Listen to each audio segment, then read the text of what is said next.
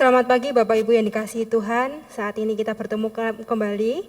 Kita beribadah bersama-sama, beribadah memperingati kenaikan Yesus. Pada saat ini sebelum kita masuk dalam ibadah kita lebih lagi, mari kita bersaat teduh bersama-sama. Saat teduh dimulai.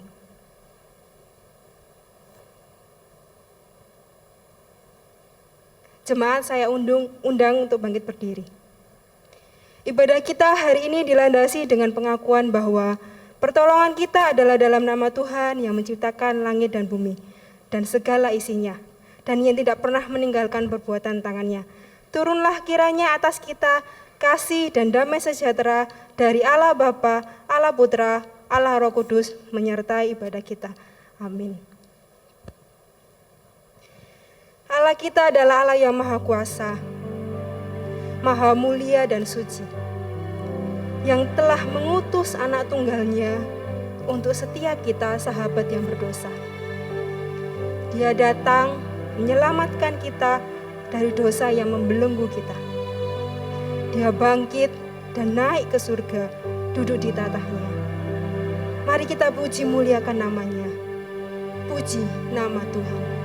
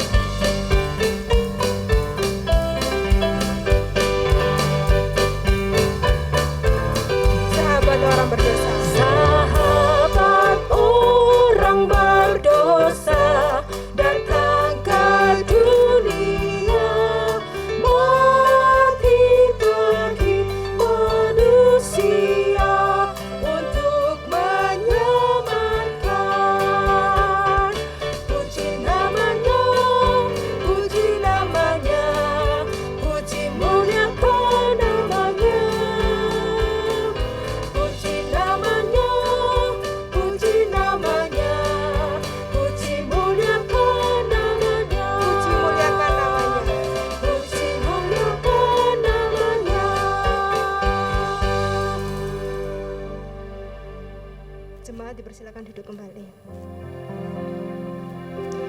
Saat ini mari kita bersama-sama mengingat kembali apa yang telah kita perbuat dalam 1 minggu ini. Mari sama-sama kita datang untuk memohon pengampunan dari Allah. Saya akan berikan waktu untuk setiap kita sejenak merenungkan dan mengakui dosa kita di hadapan Allah. Sambil kita menyanyikan Tuhan bila hati kawanku.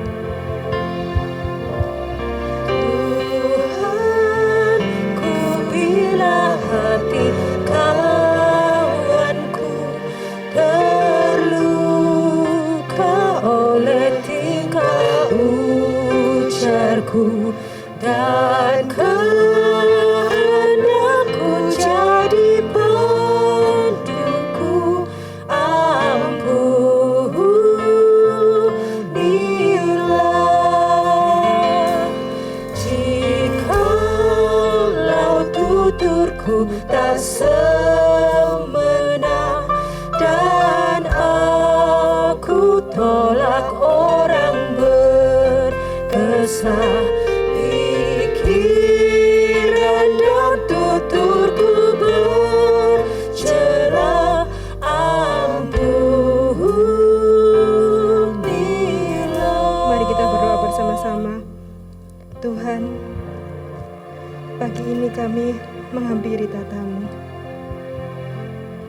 Kami mengaku segala dosa yang kami lakukan. Ampunilah kami dan pulihkan kami, sehingga kami dapat melakukan kehendak-Mu dalam kehidupan kami. Mampukan kami untuk menjalani hari-hari yang tidak mudah dengan rasa syukur. Kami ingin menjadi pribadi yang lebih baik dari hari ini, dan layakkan kami untuk masuk hadirat-Mu lebih lagi. Dalam nama Tuhan Yesus kami berdoa.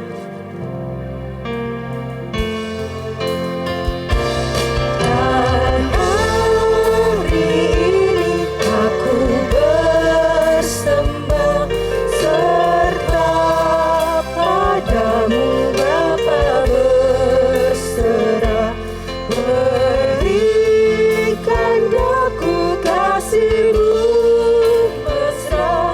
Amin, amin, amin, amin.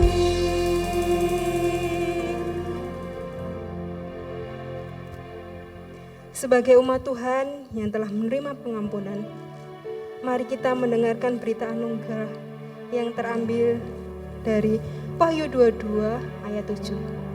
Sesungguhnya aku datang segera. Berbahagialah orang yang menuruti perkataan-perkataan nubuat kitab ini.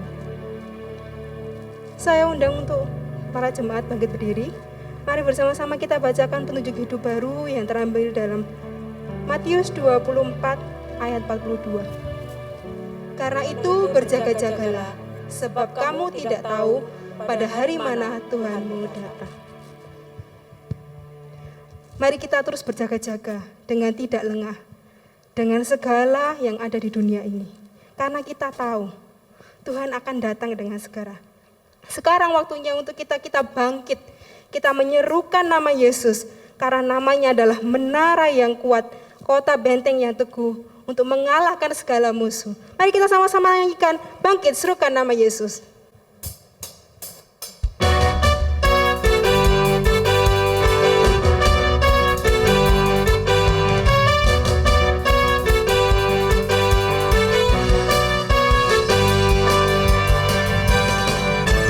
Bangkit, serukan nama Yesus, maju nyatakan kuasa-Nya. Kita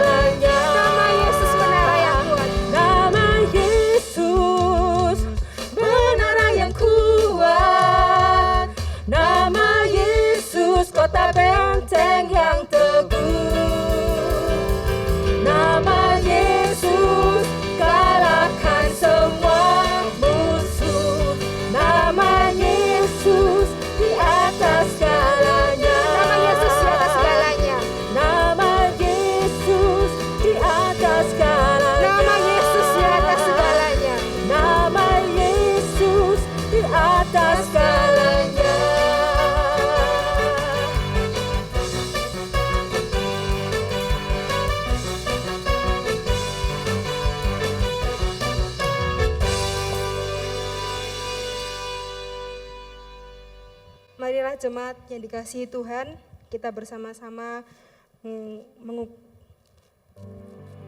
mengikrarkan pengakuan iman rasuli seturut dengan pengakuan aku percaya kepada Allah, Bapa yang Maha Kuasa, Khalik langit dan bumi, dan kepada Yesus Kristus, anaknya yang tunggal Tuhan kita, yang dikandung dari Roh Kudus, lahir dari anak darah Maria, yang menderita sengsara di bawah pemerintahan Pontius Pilatus, disalibkan, mati dan dikuburkan, turun dalam kerajaan maut, pada hari yang ketiga bangkit pula dari antara orang mati, naik ke surga, duduk di sebelah kanan Allah, Bapa yang Maha Kuasa, dan dari sana ia akan datang untuk menghakimi orang yang hidup dan yang mati. Aku percaya kepada Roh Kudus, gereja yang kudus dan am, persekutuan orang kudus, pengampunan dosa, kebangkitan tubuh dan hidup yang kekal. Amin. Jemaat dipersilakan duduk kembali. Mari kita persiapkan hati kita untuk menerima firman Tuhan, supaya melalui firman-Nya hidup kita dipenuhi oleh firman. Penuhkanlah bejana-Mu.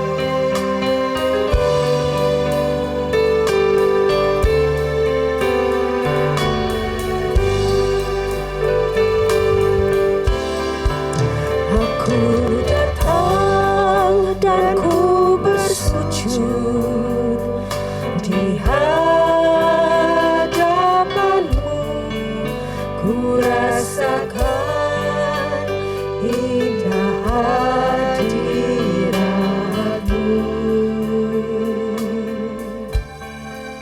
Aku buka mata hatiku dan seluruh jiwaku untuk ku nikmati firman-Mu. Firman-Mu yang kuasa untuk mengubah sikap hati. Firman-Mu yang tegakkan di saat ku terjatuh. Penuhkanlah bejanaku dengan air sungai-Mu. Ku haus akan firman-Mu. Aku datang dan ku bersujud. Aku datang dan ku bersujud di hadapan-Mu, ku rasakan indah hadirat-Mu.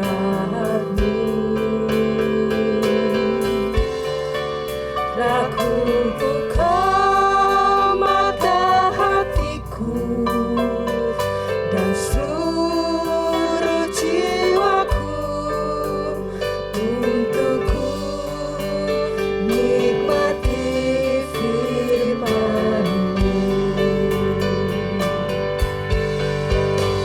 Firman-Mu yang kuasa untuk mengubah sikap hati.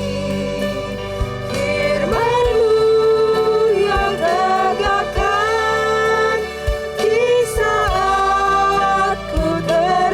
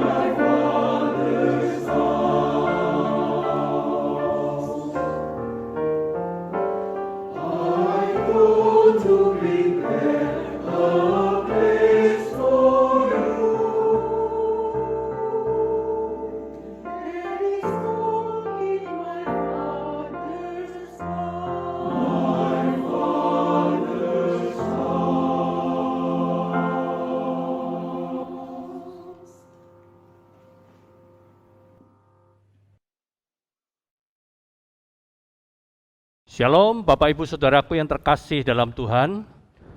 Hari ini kita memperingati tentang kenaikan Tuhan Yesus ke surga. Yang merupakan satu peristiwa yang tidak akan pernah bisa ditemukan di dalam kehidupan siapapun juga.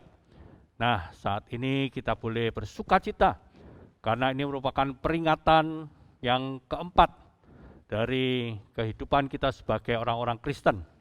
Yaitu peringatan pertama adalah kelahiran Tuhan Yesus waktu Natal, yang kedua adalah di dalam kematian Tuhan Yesus pada waktu Jumat Agung, ketiga adalah kebangkitan Tuhan Yesus, yaitu pada waktu Paskah, dan ini adalah peringatan yang keempat, kenaikan Tuhan Yesus ke surga. Dia bukan saja mati, dia bukan saja bangkit, tapi dia naik ke surga. Dan berapa hari lagi kita akan memperingati turunnya Roh Kudus hari Pentakosta.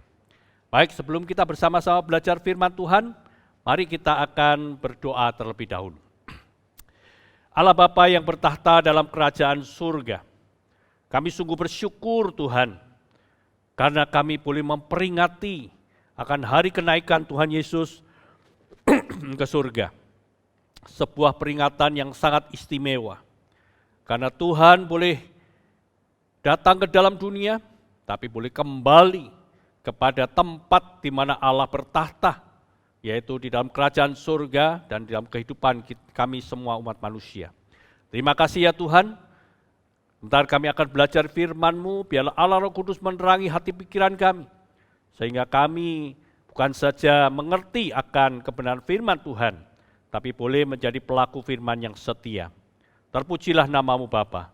Di dalam nama Tuhan Yesus kami berdoa. Amin. Nah, saudaraku yang terkasih dalam Tuhan, tahun demi tahun kita memperingati akan hari kenaikan Tuhan Yesus. Peristiwanya dicatat di dalam Kisah Para Rasul pasal 1 ayat 1 sampai 11. Saya yakin banyak di antara saudara sudah mengetahui akan hal ini, tapi kita buka saja bagian ini, nanti kita akan lihat beberapa ayat di dalamnya. Nah, saya tidak tahu apakah saudara pernah berpikir seperti saya pernah berpikir. Saya pernah berpikir seperti ini, kenapa ya Tuhan Yesus itu harus naik ke surga? Bukankah kalau dia ada di dunia ini, tentu dunia ini akan lebih baik, lebih damai, lebih enak untuk kita semua yang boleh menjadi umatnya. Ya. Karena kalau kita sedih, Tuhan yang akan beri penghiburan pada kita. Ketika kita sakit, kita boleh datang pada Dia dan Dia boleh sembuhkan. Ya, bulan lalu negara kita sedang menghadapi suatu bencana yang sangat menggemparkan, yaitu ada tenggelamnya sebuah kapal selam Nanggala 402 yang menewaskan seluruh krunya, yaitu 53 orang. Tentunya pada waktu itu kalau Tuhan Yesus ada di dunia, karena Tuhan Yesus kan adalah Allah yang kekal. Dia bisa ada di dalam dunia mulai dulu sampai sekarang. Nah, kalau dia ada kita akan bisa minta, Tuhan tolong dong, ini kapal selamnya bisa dimunculkan ya, supaya tidak tenggelam, supaya krunya ini tidak menjadi gugur dan tidak menjadi binasa. Kalau kita lihat di Alkitab saja pada waktu zamannya Elisa, itu dia bisa menimbulkan atau memunculkan mata kapak yang tenggelam, punya murid-muridnya. Nah, apalagi sebuah kapal selam, pasti bisa dilakukan oleh Tuhan Yesus suatu mujizat. Dan juga pada saat kita semua sedang menghadapi pandemi saat ini, kalau ada Tuhan Yesus di dalam dunia ini, ya. Nah, pandemi itu bukan masalah besar dan dengan mudahnya semua itu akan disingkirkan oleh Tuhan Yesus, ya kan? Nah, tapi kok sudah Tuhan Yesus bangkit 40 hari kemudian dia naik ke surga. Sampai di Israel sana didirikan sebuah gereja, disebut gereja kenaikan Tuhan Yesus ya. The Ascension Church. Jadi di situ ada satu bekas telapak kaki, katanya itu telapak kaki terakhir Tuhan Yesus menginjak dunia ini, dan dia naik ke surga gitu ya. Nah, saya sih tidak terlalu percaya kalau itu adalah telapak kaki Yesus ya, dan juga apakah di tempat itu. Tapi saya percaya Tuhan Yesus naik ke surga itu pasti ya. Tapi apakah di tempat itu dan itu adalah telapak kaki Yesus, saya kok tidak terlalu yakin. Nah, saudara-saudara kita kasih dalam Tuhan, kenapa sih Yesus harus naik ke surga? Kan lebih baik kalau dia itu ada di dunia ya. Nah, kita lihat beberapa alasannya. Yang pertama, kalau kita lihat di dalam Yohanes 14 ayat 1 dan 3, ini adalah perkataan Tuhan Yesus kepada murid-muridnya. Dia mengatakan apa? Bahwa aku naik ke surga itu untuk menyediakan tempat bagimu. Ya. Dikatakan sebab aku pergi ke situ untuk menyediakan tempat bagimu. Dan apabila aku telah pergi ke situ dan menyediakan tempat bagimu, aku akan kembali dan membawa kamu ke tempatku. Jadi ada orang mengatakan, oh Tuhan Yesus itu naik ke surga untuk menyediakan tempat bagi kita. Nah itu kita tidak usah khawatir bahwa di sana tidak ada tempat. Saudara-saudara, saya masih mungkin bertanya lah, ini kalau Tuhan Yesus yang menyediakan tempat, orang-orang yang mati sebelum Tuhan Yesus itu gimana? Apa ada tempat enggak ya? Ya mungkin juga bisa ada tempat yang sudah disiapkan. Artinya ini adalah sesuatu yang kemudian bisa terjadi. Ya. Nah, kemudian ada orang yang mengatakan lagi di dalam Yohanes 16 ayat 7 dan 8. Nah di situ dikatakan apa? Tuhan Yesus, ini perkataan Tuhan Yesus juga. Tuhan Yesus mengatakan adalah lebih berguna bagi kamu jika aku ini pergi. Pergi kemana? Pergi kepada Bapa. Pergi kepada Allah yang telah mengutus aku. Ya. Karena apa? Jika aku pergi, maka penghibur itu akan diutus. Ya. Roh Kudus itu akan datang. Nah saudara-saudaraku yang terkasih dalam Tuhan. Nah artinya kepergian Tuhan Yesus, kenaikan Tuhan Yesus ke surga, itu adalah untuk kebaikan kita semuanya. Bukan saja untuk Tuhan Yesus, tetapi juga untuk kita semuanya. Lebih berguna bagi kita jika aku pergi, jika Yesus pergi. Karena Yesus kalau ada di dunia mungkin dia sedang mengerjakan mujizatnya di gereja kita ini. GKT Citra Raya ya. Tapi bagaimana dengan di GKT yang lain? Bagaimana dengan di kota yang lain? Nah, waktu dia di dunia, waktu itu dia ada di Yerusalem, dia tidak ada di Kapernaum. Dia kalau ada di Galilea, dia tidak ada di Bukit Zaitun. Ya. Jadi sangat terbatas sekali. Tetapi Roh Kudus yang adalah Roh Allah sendiri, itu dia ada di mana-mana. Waktu kita sekarang ini beribadah, waktu kita ini berdoa, ya, Tuhan hadir, Roh Kudus itu memimpin kita, mengajar kita, menuntun kita. Demikian juga saudara-saudara kita yang ada di rumah masing-masing. Nah, Roh Kudus juga hadir di sana. Nah, ini merupakan satu keuntungan buat kita semuanya. Waktu Tuhan Yesus naik ke surga, maka Roh Kudus dicurahkan. Nah, saudara-saudaraku yang terkasih dalam Tuhan, kita juga melihat sekarang apa yang dikatakan oleh Tuhan Yesus di dalam Yohanes pasal 4b ayat 5 ya. Dia berkatakan begini, hal ini kukatakan kepadamu dari semula, karena selama ini aku masih bersama-sama dengan kamu, tapi sekarang, maksudnya itu setelah dia nanti bangkit, aku pergi kepada dia yang telah mengutus aku. Aku pergi kepada Bapa yang telah mengutus aku. Nah, ini merupakan suatu pernyataan yang sangat penting sekali ya. Di tengah-tengah tugasnya untuk menggantikan manusia, menanggung hukuman di atas kayu salib, untuk menanggung segala derita yang seharusnya dialami oleh manusia. Dia sekarang sudah selesai mengerjakan semua ini. Maka seperti seorang yang diutus untuk bertugas, tentu setelah dia kembali, seperti seorang duta besar umpamanya ya, diutus dari Indonesia, dia diutus ke Malaysia, jadi duta besar di sana.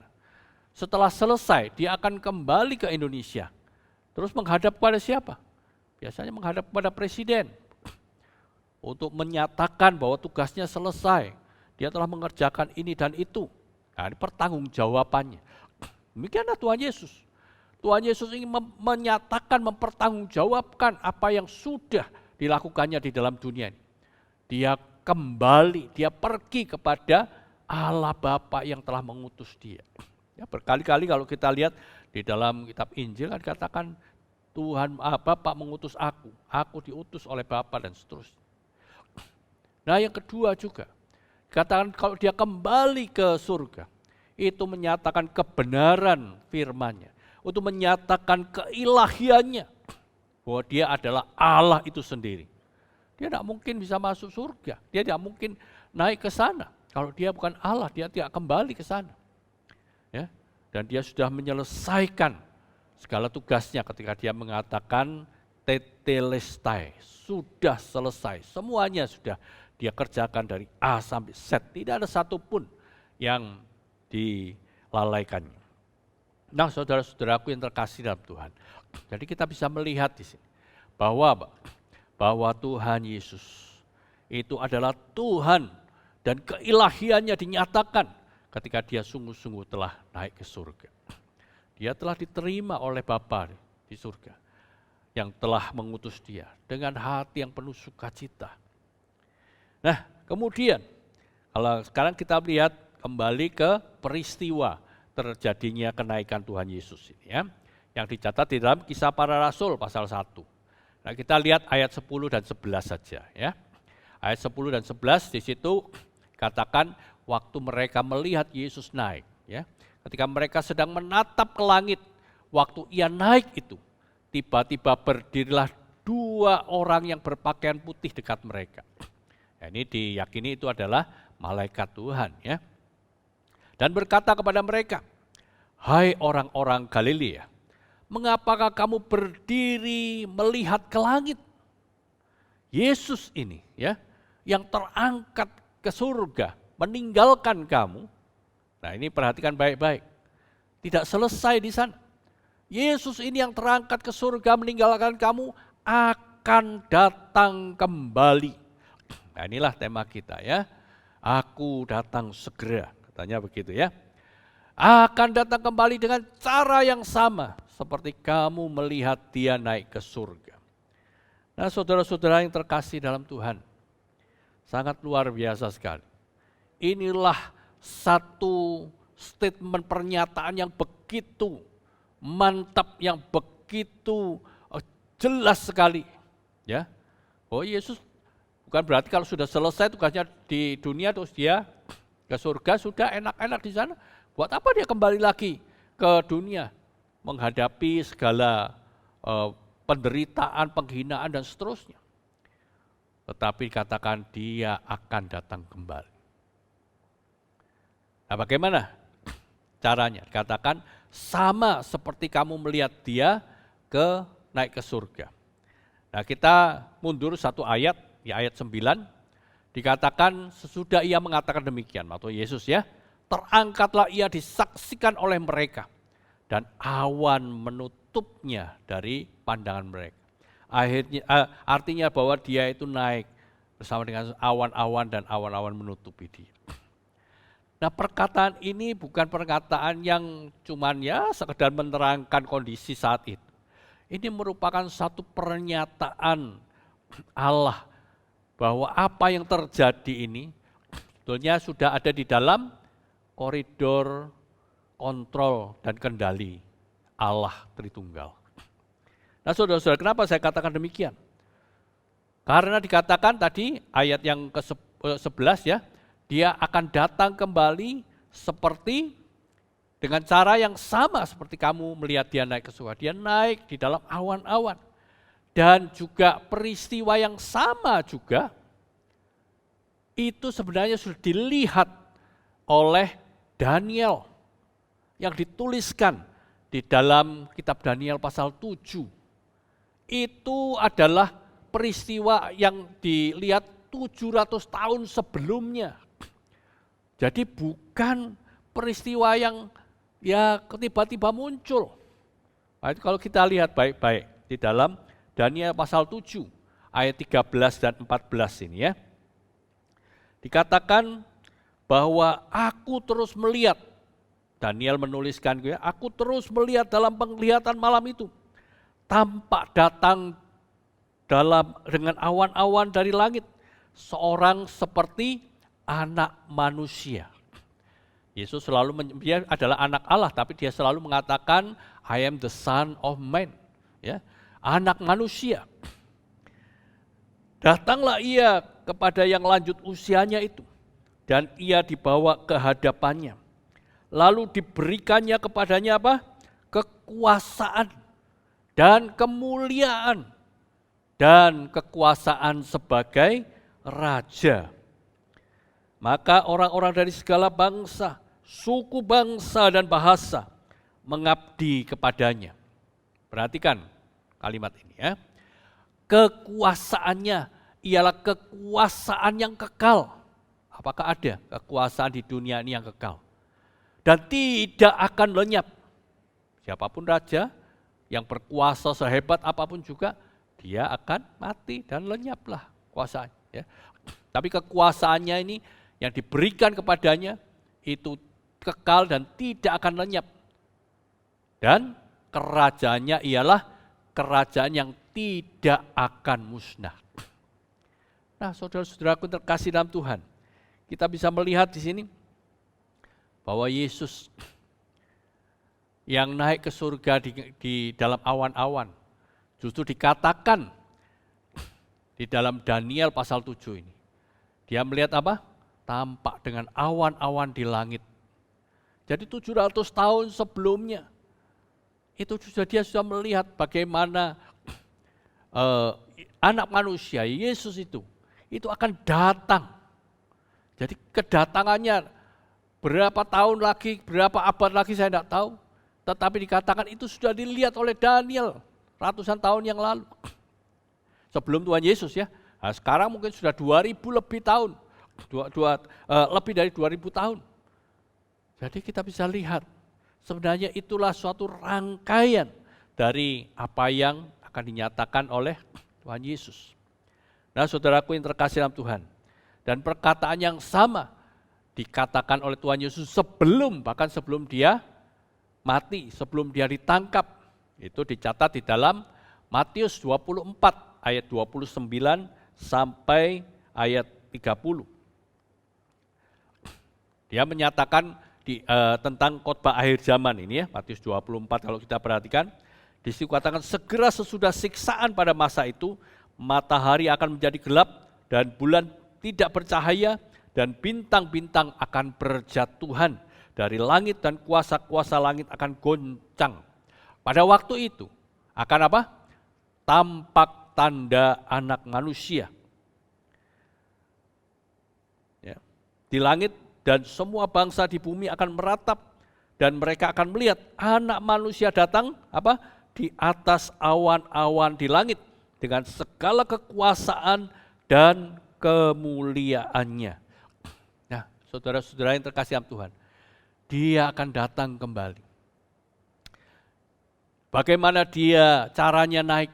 Demikian juga dia akan datang di dalam awan-awan. Ya, sebelum Yesus mati dia sudah menyatakan hal itu.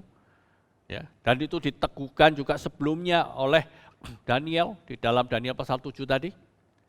Artinya dia datang dengan segala kekuasaan dan kemuliaannya. Untuk apa saudara?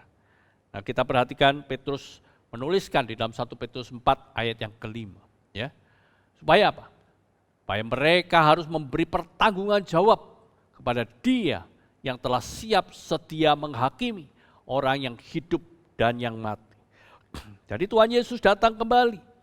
Bukan menjadi seorang bayi ya, yang lemah seperti yang pertama ketika dia lahir di Bethlehem, dia lahir di kandang binatang, bahkan dia mau dibunuh oleh Herodes, dia harus melarikan diri ke Mesir, dan seterusnya.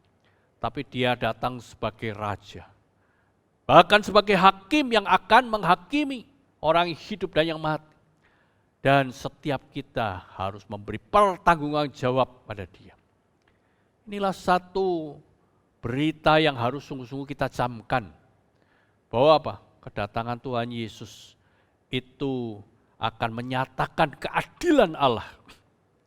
Saudara-saudara, mungkin kita saat ini santai-santai, kita merasa masih lama ya, Tuhan Yesus itu katanya dulu dia bilang akan datang, sampai kapan? Sudah 2000 tahun. Kalau kita lihat tulisan-tulisan dari Rasul Paulus, tulisan-tulisan dari Yohanes, tulisan-tulisan dari Rasul Petrus, ya, katakan dia segera datang.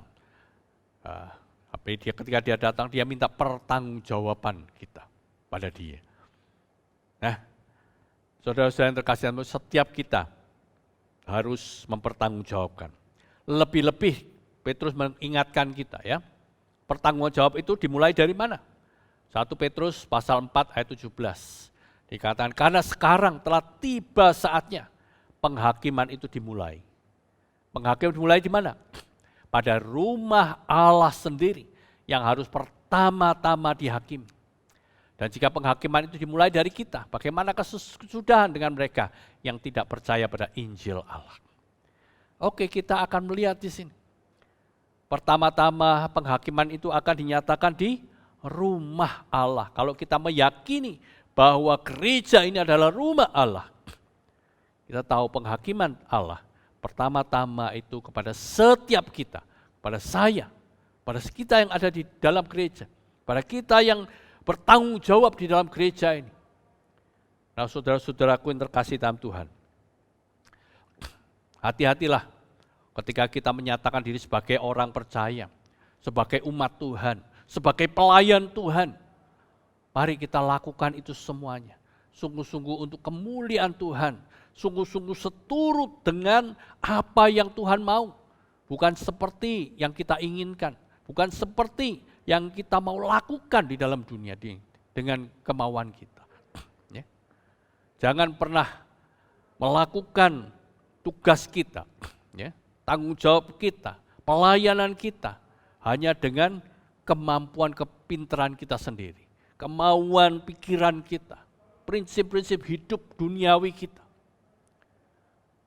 Sangat disayangkan, begitu banyak gereja-gereja yang dimanage, yang diatur sedemikian rupa, seperti seorang memanage sebuah pabrik, sebuah toko, ya.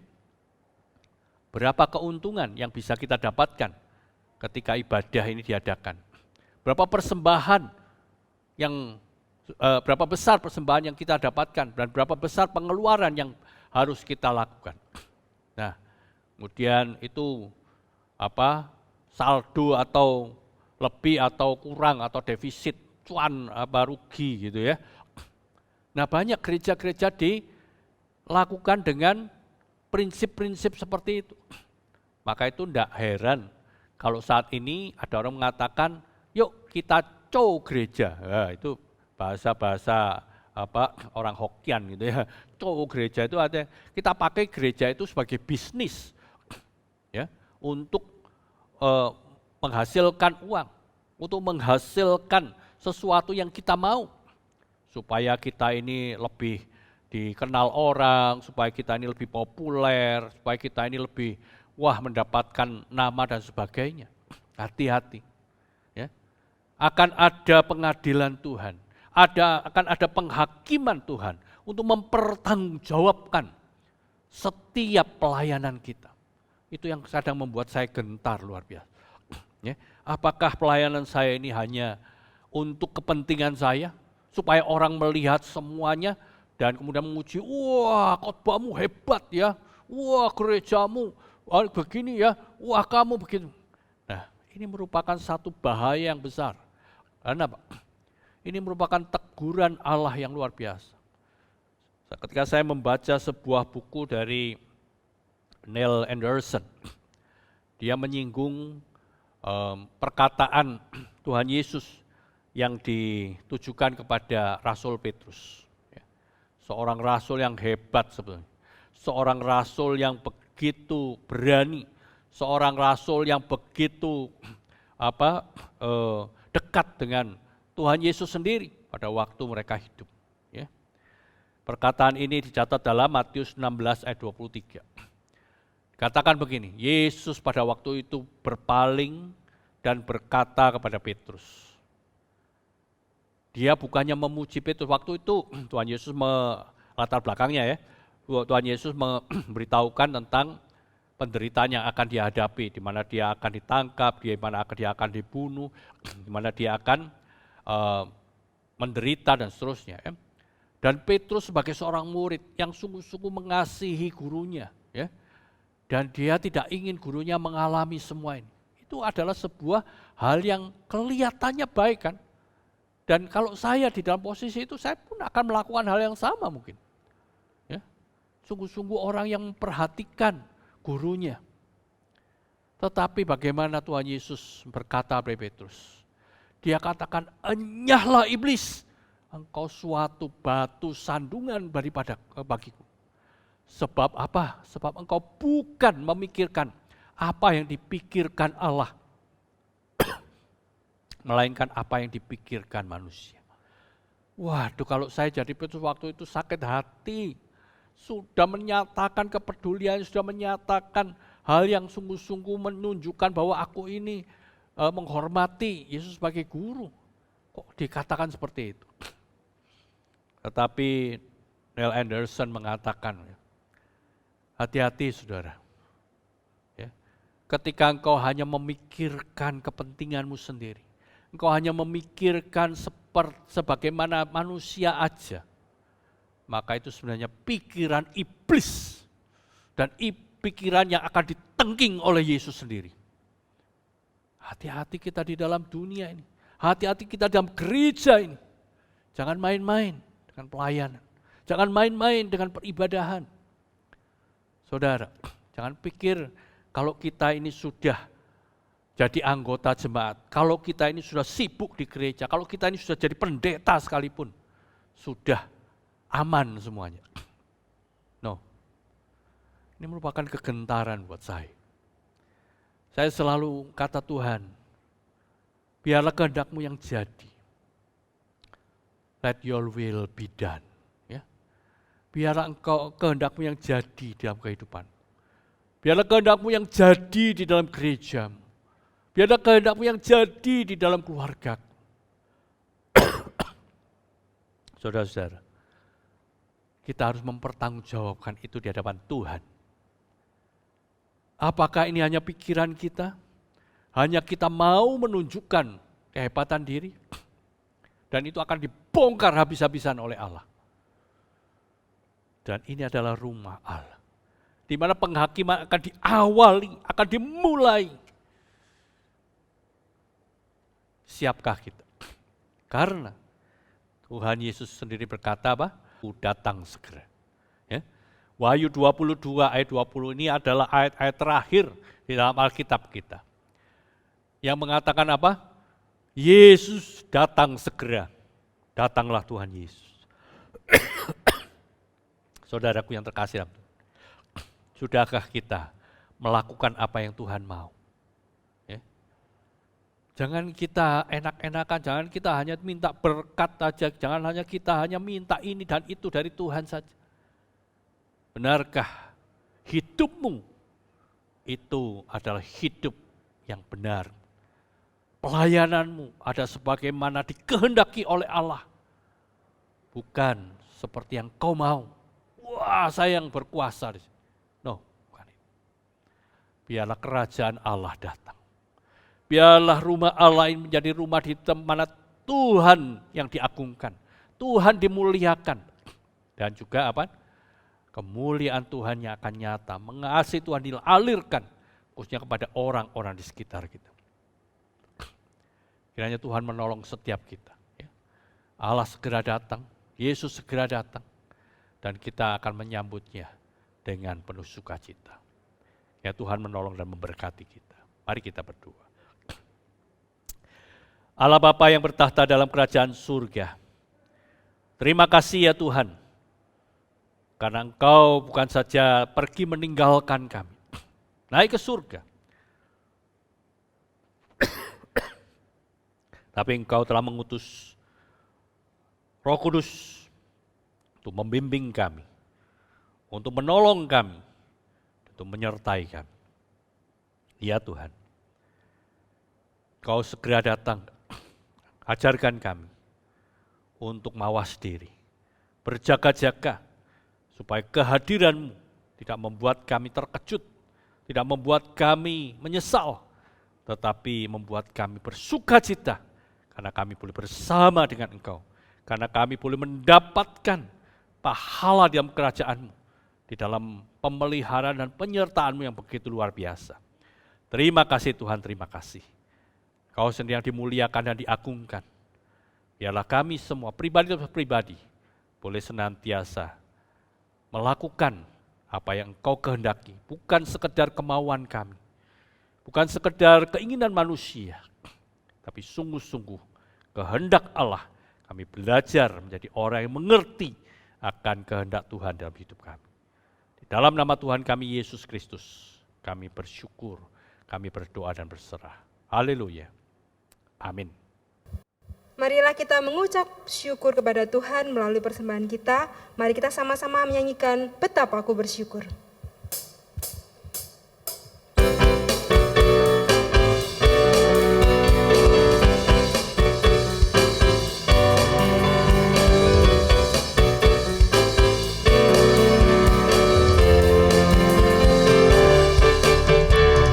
Betapa aku bersyukur atas segala berkat-Mu, semua yang Kau berikan berguna bagiku. Allahku yang mulia, memelihara sempurna, Kau sertai langkahku selamanya. Syukur, ku bersyukur kepadamu. Puji, ku puji agung nama-Mu. Sembah, ku sembah kesucian-Mu. Aku ada sebagaimana aku ada hanya karena anugerah-Mu.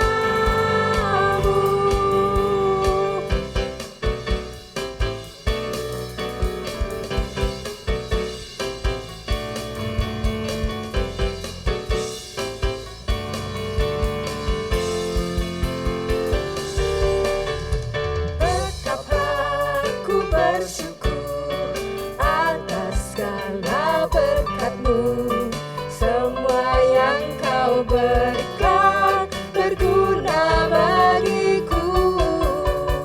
Allahku yang mulia, memelihara sempurna, Kau sertai langkahku selamanya.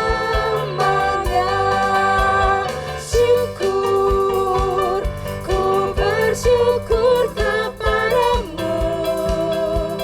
Puji, ku puji agung nama-Mu. Sembah, ku sembah kesucian-Mu. Aku ada sebagaimana aku ada hanya karena anugerah. Syukur, syukur, ku bersyukur kepadamu. Puji, ku puji agung nama-Mu. Sembah, ku sembah kesucian-Mu. Aku ada sebagaimana aku ada hanya karena anugerah-Mu.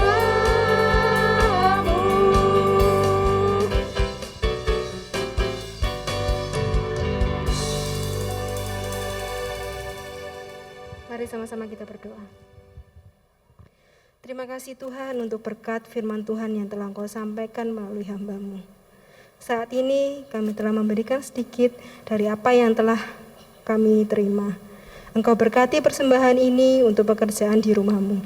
Hanya di dalam nama-Mu kami telah berdoa. Haleluya, amin. Doa syafaat. Selamat pagi, jemaat yang dikasihi Tuhan, Shalom. Kita patut mengucap syukur karena Tuhan sungguh-sungguh setia kepada kita dan biarlah kita juga setia kepadanya.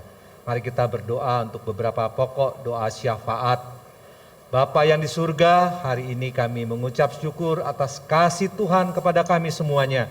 Kami boleh beribadah, kami boleh memuji dan memuliakan nama Tuhan. Dan biarlah apa yang kami lakukan ini semata-mata untuk kemuliaan nama Tuhan. Tuhan, kami berdoa untuk segenap jemaat Tuhan di GKT Citra Raya ini. Tuhan menolong dalam kehidupan kami sehari-hari. Berkati segenap majelis, berkati segenap aktivis guru sekolah minggu, pengurus komisi, dan orang-orang yang terlibat di dalam pelayanan di gereja ini. Tuhan menolong. Bahkan setiap anggota gereja, Tuhan juga berkati dalam kehidupan masing-masing. Di dalam usaha, dalam berbisnis, dalam studi, Tuhan juga menolong. Terima kasih Bapa, kami berdoa untuk jemaat Tuhan mungkin yang sakit, Tuhan sembuhkan, Tuhan lawat, yang lemah iman, Tuhan kuatkan, yang rohaninya sudah suam-suam kuku, Tuhan kobarkan kembali. Terima kasih Bapa. Kami terus berdoa juga untuk pemerintahan di negeri ini, di negeri Indonesia yang tercinta ini. Tuhan menolong supaya mereka, Tuhan berikan hikmat, Tuhan berikan kekuatan untuk menjalani hidup di Indonesia, memerintah dengan adil dan bijaksana. Dan biarlah mereka memerintah dengan takut akan Tuhan. Berkati Presiden kami dan segenap jajarannya. Berkati pemerintahan di kota Surabaya juga, Tuhan berkati. Terima kasih di Surabaya ini kami boleh beribadah dengan bebas, dengan sukacita. Terima kasih Bapa, kami serahkan doa ini. Di dalam nama Yesus Tuhan dan Juru Selamat kami yang hidup, kami berdoa. Amin. Jemaat sekalian, silakan berdiri. Kita akan muliakan, kita akan puji Allah Tritunggal, Allah Bapa, Allah Anak, dan Allah Roh Kudus. Doksologi.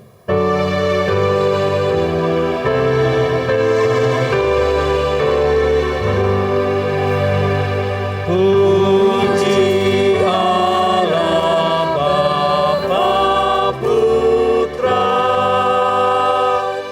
puji Allah Roh Kudus, ketiganya yang esa. Pohon selamat sumber berkat.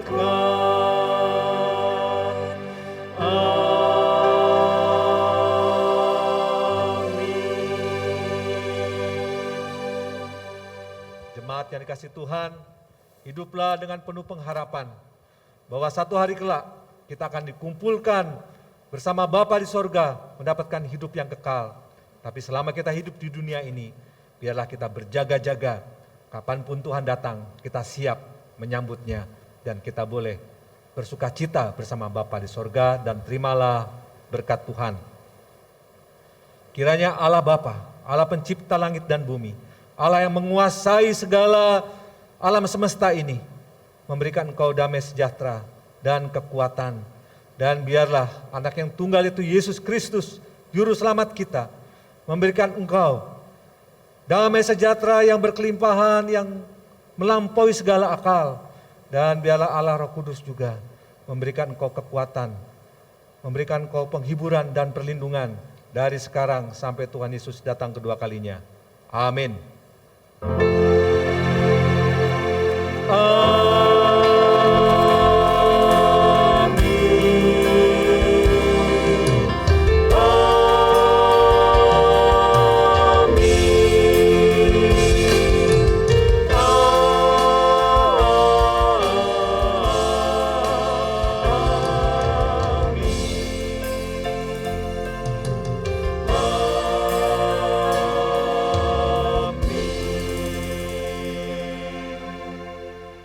Amin. Ibadah selesai, saat teduh. Tuhan Yesus memberkatimu.